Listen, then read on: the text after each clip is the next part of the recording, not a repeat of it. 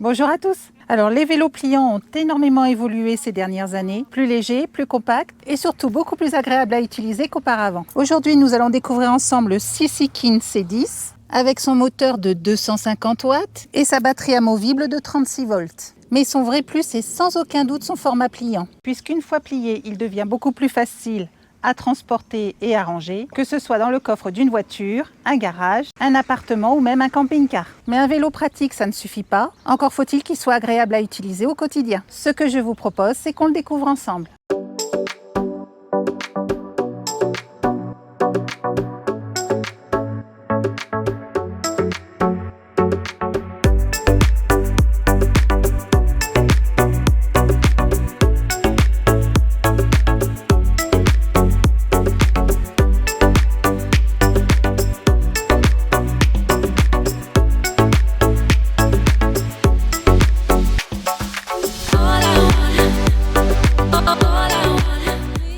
Alors aujourd'hui il fait beau et donc on en profite pour déballer ce gros carton. Et petit point positif avant même de l'ouvrir, il nous est arrivé en parfait état et en moins de 3 jours. Et voilà le bébé, bien emballé, bien protégé. On y retrouve ce que je pense être la selle, un carton d'accessoires et des mousses de calage un peu partout. Et voilà tout ce qu'on a trouvé à l'intérieur du carton. Le vélo était particulièrement bien protégé pour le transport et elles ont parfaitement rempli leur mission puisqu'il nous est arrivé en parfait état. Dans le carton, on retrouve bien sûr le vélo, la roue avant, les deux garde-boue, un à l'avant, un à l'arrière, la selle avec la batterie intégrée, nous verrons ça ensemble, un chargeur de 42 volts et 2 ampères, une manette à fixer sur le guidon qui nous servira d'accélérateur, accessoires indispensables, les deux pédales, une petite pompe à main, l'axe de fixation de la roue avant, deux clés, et pour finir, un petit peu d'outillage pour nous aider à monter tout ça, et un manuel d'utilisation en anglais et en allemand uniquement. Pour cette première étape du montage, nous allons nous occuper de la potence. Comme vous pouvez le voir, pliable. Il s'agit d'un élément indispensable pour un vélo de cette catégorie, puisqu'il permet de réduire rapidement l'encombrement lors du transport ou du rangement. La manipulation est très simple, on la relève et on la verrouille avec ce loquet de sécurité. C'est un système qui permet d'avoir un ensemble parfaitement rigide, il n'y a pas d'inquiétude pour ça, et prêt à recevoir maintenant le guidon. La fixation du guidon est plutôt solide et bien sécurisée, vous allez le voir. Je commence par dévisser le levier de serrage et je fais glisser la patte de fixation sur cet axe pour l'enlever. Je présente le guidon en veillant à bien le centrer sur la potence et j'effectue l'opération inverse, loquet et levier de serrage. Et voilà pour le guidon. On passe maintenant à l'installation de la gâchette d'accélération. Là encore, l'opération est très simple, il suffit de dévisser cette vis à l'aide de la clé Allen fournie, d'ouvrir le collier de fixation, de positionner la gâchette à l'endroit souhaité, de resserrer l'ensemble, et ensuite à raccorder le connecteur électrique sur cette cosse. Avec des connexions très fragiles, j'insiste, mais munies d'un détrompeur. On le rentre doucement, mais on ne peut pas se tromper. Sur ce modèle, la batterie est directement intégrée dans le tube de selle. Une batterie de 36 volts et d'un peu plus de 345 Wh. L'installation est très simple elle aussi, puisqu'il suffit de l'insérer dans le cadre, de régler la hauteur en fonction de votre taille et de verrouiller le tout à l'aide de ce système de fermeture rapide. Passons maintenant au montage de la roue avant. Et la première étape est d'enlever cet axe installé pour le transport. Et son rôle est de maintenir l'écartement de la fourche pour éviter qu'elle ne se déforme ou s'écrase pendant l'acheminement du vélo. Cet axe ne nous sera plus d'aucune utilité pour le montage, on peut le mettre de côté. Et je peux maintenant insérer la roue avant à son emplacement définitif en veillant à bien positionner le disque entre les deux plaquettes de frein. Je positionne ensuite l'axe de fixation de la roue.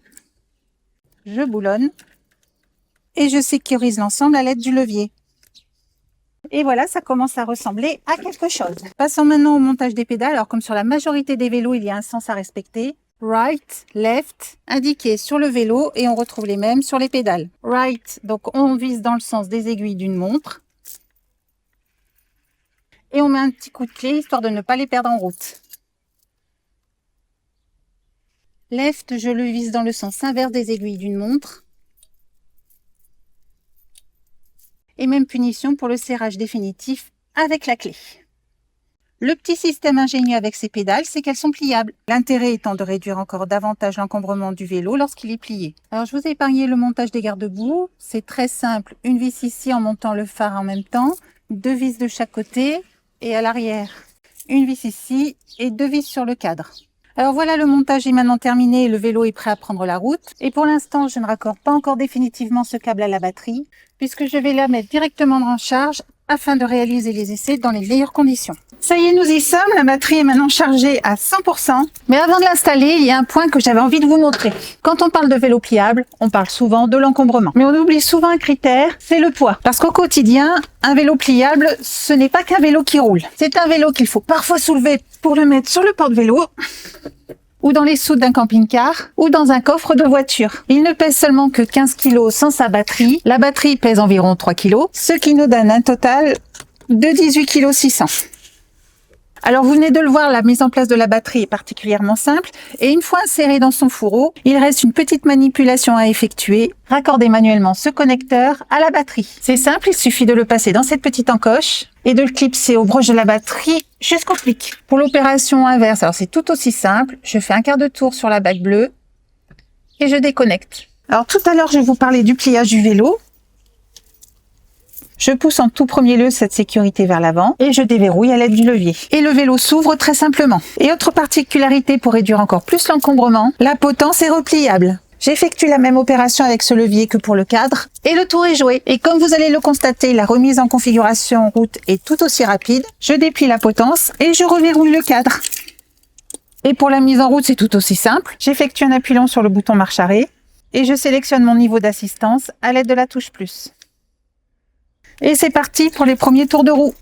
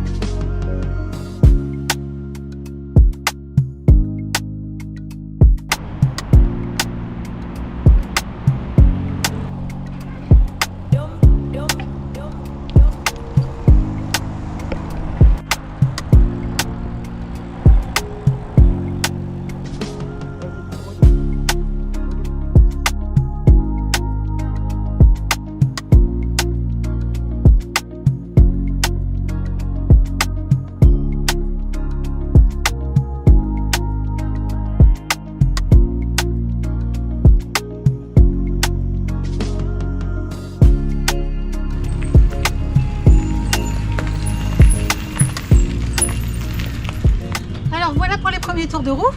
Il y a tout de même un petit point important à vous préciser.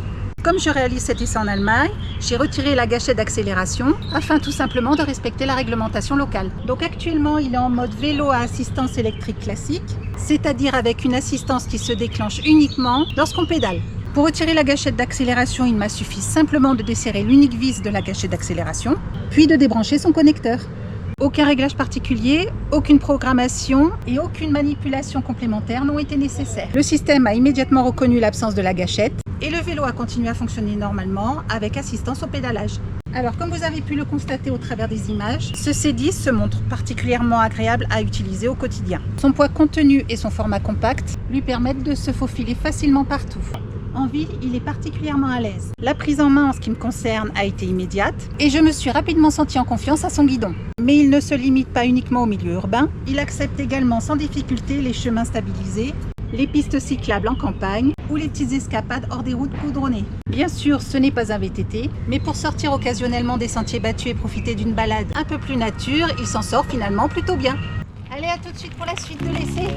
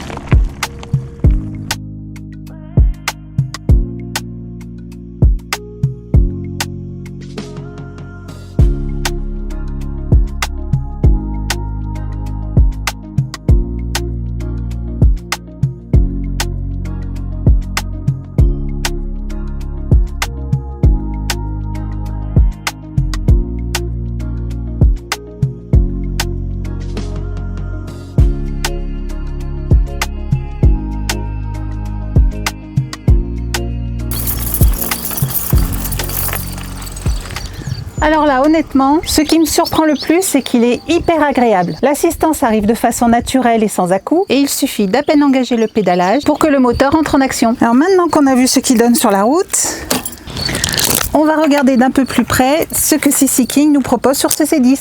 Alors pour commencer, ce vélo est équipé d'un moteur de 250 watts associé à une batterie de 36 volts, ce qui nous donne à l'usage un ensemble vraiment cohérent. Et côté autonomie, CC King nous annonce jusqu'à 100 km avec cette batterie. Pour assister ce moteur, il possède un dérailleur Shimano à 7 vitesses. Alors c'est un équipement simple, fiable et largement suffisant pour ce type de vélo qui permet d'adapter facilement son effort en fonction du terrain. Côté sécurité, il est équipé de 2 freins à disque, bien évidemment un à l'avant, un à l'arrière, qui offre à la fois un freinage efficace et progressif. Il est équipé d'un éclairage LED à l'avant et à l'arrière. Et lorsqu'on actionne les freins, ce feu passe en mode stop et clignote en rouge. Il est équipé d'un écran LED, alors je ne sais pas si vous le voyez, mais il est très peu lisible en plein soleil. Et on y retrouve ici le bouton de mise sous tension, mais aussi ici la sélection des différents modes d'assistance. On dispose de 3 modes de conduite, qui permet d'ajuster le niveau d'assistance en fonction de son parcours ou simplement de l'autonomie que l'on souhaite privilégier. L'écran permet également de consulter sa vitesse en temps réel, le niveau de batterie, l'allumage de l'éclairage, ainsi que le kilométrage total parcouru. Donc si on peut résumer ce CC King C10 en quelques mots, je dirais qu'il est simple, pratique et particulièrement agréable à utiliser. J'ai apprécié son assistance réactive, son format pliant, sa batterie amovible et avec son faible encombrement, vous obtenez un vélo qui correspond parfaitement à une utilisation nomade comme la nôtre. Si vous souhaitez obtenir davantage d'informations sur ce CC King C10, je vous mets tous les liens utiles dans la description de cette vidéo. Et quant à nous, on se retrouve très bientôt pour une nouvelle vidéo sur cette chaîne.